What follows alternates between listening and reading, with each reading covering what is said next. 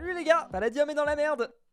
Vous avez l'air de vraiment bien avoir apprécié le premier épisode du Palalogue où je vous explique combien rapporte vraiment Palladium. Ça fait plaisir parce que là aujourd'hui je vais vous expliquer combien me fait perdre vraiment Palladium. Entre le dernier épisode et aujourd'hui, la situation financière du serveur est un peu instable. Alors, si je peux placer un avis, je trouve que tu ne parles pas beaucoup de chiffres concrets. Tu parles surtout en pourcentage, mais je présume que c'est parce que Palladium n'est pas stable financièrement chaque mois, non? Et bah là, on va parler concrètement, les potes. Le mois d'octobre dernier, Palladium a généré 34 000 euros. Et le mois dernier, les dépenses totales de Palladium ont représenté 48 000 euros, qui fait plus ou moins 13 000 euros de déficit rien que sur le mois dernier. Du coup, c'est pour ça qu'aujourd'hui, cette vidéo est sponsorisée par MSI. Aujourd'hui, je vais pouvoir vous présenter les deux nouveaux articles de chez MSI. En premier, le petit nouveau, l'ordinateur Meg Trident X. Et quand je dis petit nouveau, c'est pas pour rien. L'ordinateur, il est dans un châssis réduit, ce qui le rend plus facile à transporter ou même à ranger. Et le mieux dans tout ça, c'est qu'il a quand même les performances d'un PC au format standard. C'est le cas par exemple avec son processeur Intel Core de 12e génération, qui a des performances jusqu'à 50% plus élevées que la génération précédente. Il y a une RTX 3080, un système de refroidissement qui sépare les différents composants principaux, et la dernière norme de connexion Wi-Fi. Bref, l'ordinateur est complet. Sur le boîtier, vous pouvez aussi trouver un rétroéclairage qui vous permet de personnaliser l'ordinateur comme vous le souhaitez. Et en plus de ça, il y a deux panneaux latéraux amovibles qui viennent vous faciliter l'accès aux composants. En simplifiant l'ouverture du PC, c'est beaucoup plus facile de l'upgrader et ça évite de devoir racheter un PC tous les ans. Mais si je vous parle du PC, il faut aussi un écran, non? MSI m'a envoyé leur nouvel écran Optix. C'est un écran de 32 pouces Ultra HD, 144 Hz, une dalle IPS, c'est genre ultra détaillé et c'est compliqué de faire mieux. Les gros tryharders de jeu là, ouais, je vous vois dans le coin là. L'écran a évidemment un temps de réponse de 1 milliseconde. Il y a aussi la technologie Nvidia G-Sync qui synchronise dynamiquement la fréquence de votre écran avec la fréquence de votre carte graphique. Et bonus, grâce au Black Friday, tous les produits disposent de remises qui vont entre 200 et 500 euros. De toute façon, comme d'habitude, tous les liens sont en description. Je tenais encore une fois à remercier MSI parce qu'ils sont partenaires de la chaîne depuis un petit bout de temps. Pour rappel, tout l'argent généré par les sponsors du Palalogue sont réinvestis directement dans Palladium. Bon, vous vous demandez peut-être comment est-ce qu'on en est arrivé là. Ça, c'est les revenus complets de Palladium depuis le début de l'année. Bon, là, la personne qui se plaignait que c'était pas des chiffres concrets, au moins, elle peut rien dire. En janvier, on a généré 41 000 euros, en février, 23 000, etc., etc. Vous remarquerez qu'à l'ouverture de la V8, on a généré plus de 100 000 euros en un seul mois. Et paradoxalement, c'est ce mois-là qui nous a flingués. Et j'en prends entièrement la responsabilité parce que c'est moi qui ai fait n'importe quoi. Mais quand il y a eu tout cet afflux d'argent, ça m'a fait un petit peu perdre mes repères parce que pour être honnête, voilà, là vous vous dites, putain, le mec il fait 100 000 euros en un mois, il a l'habitude, il s'en balèque. Pas du tout. Voilà, c'est la première fois qu'on faisait autant d'argent en un seul mois sur Palladium. Et j'étais en mode, ah bah tiens, c'est trop cool. On a beaucoup plus de budget qu'avant. Bah, on va pouvoir réinvestir dans le serveur. Parce qu'encore une fois, l'objectif de Palladium, c'est pas de générer un maximum de cash. Après, si on peut se faire un petit billet à la fin de l'année qui reste un peu d'argent dans les caisses, je dis pas non. Mais clairement, ce sera pas cette année. Du coup, quand je me suis dit, trop bien, on va pouvoir réinvestir, on a plein d'argent. La première chose que j'ai faite, c'est que j'ai augmenté le salaire de toutes les personnes qui sont à plein temps sur Palladium. Voilà, il y a des gens qui ont été recrutés l'année dernière, au moment où on savait pas trop où est-ce qu'on allait, où on recrutait un petit peu à tâtons. Vu que c'était la première fois que je recrutais des gens à temps plein, forcément j'étais pas prêt à mettre... Voilà, en gros on va dire que je les payais moins que ce qui valait vraiment. Du coup là cette année, bah, je me suis dit bah tiens c'est cool, on gagne assez d'argent, je vais pouvoir payer les gens à leur juste valeur. C'est très bien de faire ça, en vrai, pas de regrets. Voilà, c'était la bonne chose à faire. Mais on arrive avec un problème, c'est qu'en fait, bah, les revenus, ils finissent par baisser. Si vous regardez bien sur mon graphique, en juillet, on a fait 50 000 euros. En août, c'est un peu remonté, 84 000. Et là, depuis septembre, on est aux alentours de 30 000, 34 000. C'est des très beaux chiffres, hein. Encore une fois, on n'a jamais fait ça sur Palladium. Et moi, dans mes planifications, en fait, Palladium allait générer entre 40 et 50 000 euros par mois. C'est avec ces chiffres-là qu'on n'aurait pas perdu d'argent. Et là, du coup, vu qu'on est un petit peu en dessous, on perd des sous.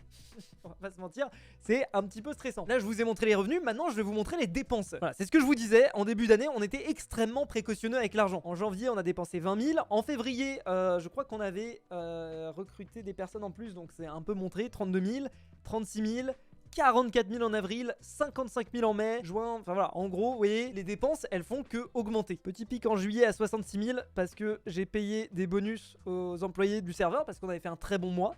Du coup, je me suis dit, bah c'est cool, on va pouvoir les récompenser. Erreur! Note pour moi-même dans le futur, avant de distribuer des bonus, on va attendre la fin de l'année. En fait, je me suis rendu compte que psychologiquement, quand t'as un très bon mois, vraiment tu te prends pour le roi du pétrole. Tu te dis que l'argent va continuer à couler à flot indéfiniment et tu fais n'importe quoi. Tu fais des dépenses sans vraiment faire attention et ça, faut faire super gaffe. Et c'est un truc sur lequel il faut absolument que je me discipline si on veut que Palladium ne fasse pas faillite. Parce que là pour l'instant, si on fait l'addition de tout ce qu'on a gagné cette année, on est à 415 000 euros. Très beau chiffre, hein, on n'a jamais gagné autant d'argent sur Palladium depuis le début, donc c'est cool. Mais on a aussi dépensé 440 000. Donc voilà, en fait, c'est bien, mais on a perdu 25 000 euros. 25 000 euros, c'est un très gros chiffre, mais pour l'instant, je suis pas inquiet. Je suis inquiet si dans les mois qui arrivent, on n'arrive pas à inverser la donne. Pour ça, il y a plusieurs choses qu'il va falloir qu'on fasse. Ça, c'est la courbe globale du nombre de joueurs sur Palladium depuis septembre, si je dis pas de bêtises, et vous voyez qu'on est quand même globalement en descente. Ça fait 8 ans que Palladium existe, et ça fait 8 ans que c'est comme ça. En début de saison, il y a beaucoup de monde, et après, plus la saison avance, moins il y a de monde. Ça allait quand Palladium, ça coûtait 5, 10...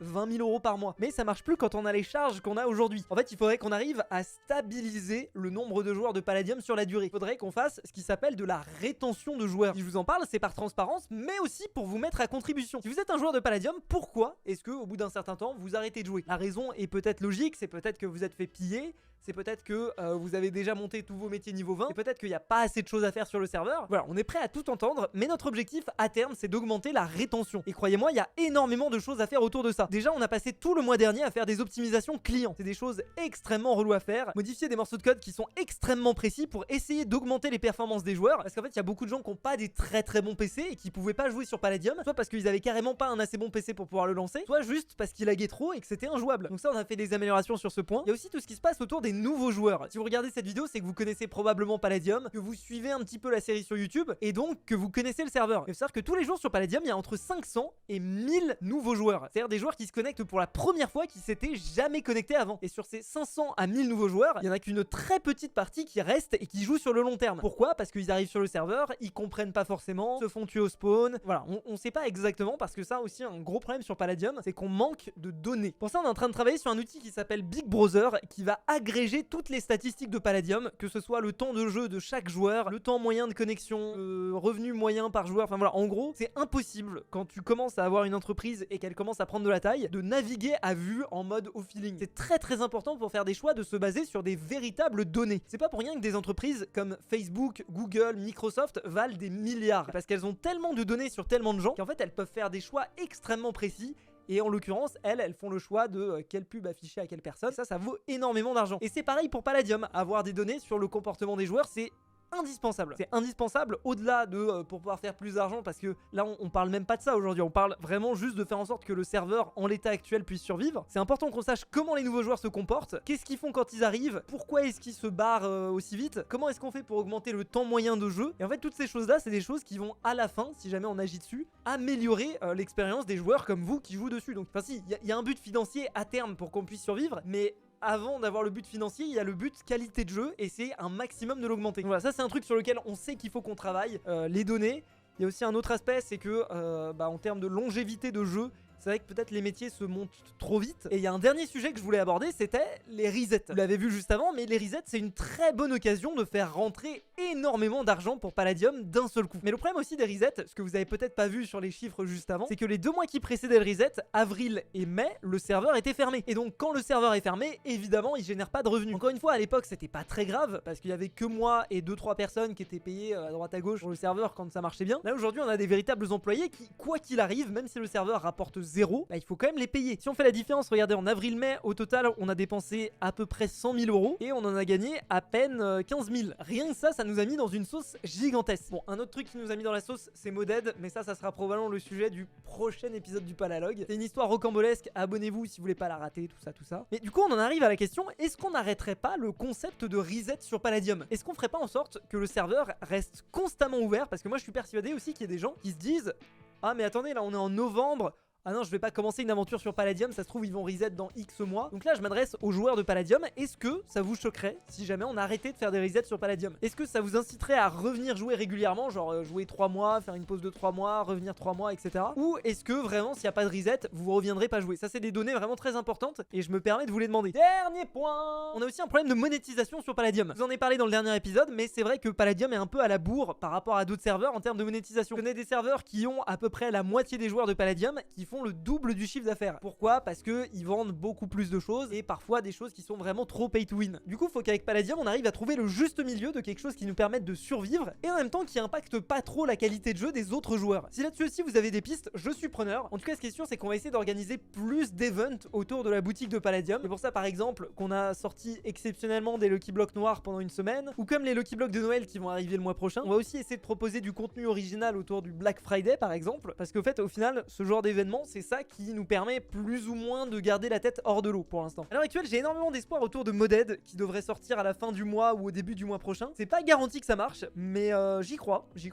Et potentiellement, Moded pourrait nous permettre d'équilibrer les revenus, mais on n'en a aucune garantie. J'ai aussi décidé de terminer chaque épisode du Palalog avec une de vos questions dans les commentaires. Tu pourrais faire comme le serveur Minehut en plaçant des panneaux publicitaires avec des pubs de marques réelles dans les spawns. Comme ça dérange pas spécialement les joueurs car c'est pas du spam et ça fait une source de revenus assez sûre et passive. C'est une bonne idée et c'est quelque chose qu'on va potentiellement faire ce mois-ci, je vous en dis pas plus, mais c'est beaucoup plus difficile que ça en a l'air. C'est un petit peu une idée reçue que les youtubeurs s'ils veulent faire 50 OP par vidéo ils peuvent. Non, en fait, c'est-à-dire que en fait on n'a pas tant de propositions commerciales que ça. C'est assez difficile, surtout sur un truc aussi complexe que de la pub dans un serveur Minecraft, de convaincre une marque et de la faire payer. En fait, c'est super difficile, sauf peut-être des petites marques qui ont aucun budget quoi. On peut essayer de développer ça, mais clairement ce sera pas une source stable de revenus quoi. Voilà, j'espère que cet épisode du Palalog vous aura plu. J'essaye d'en faire un par mois, mais bon, je galère un petit peu, donc m'en voulez pas si c'est un tous les 2 mois. Salut tout le monde, c'était Fuse, à la prochaine, à plus.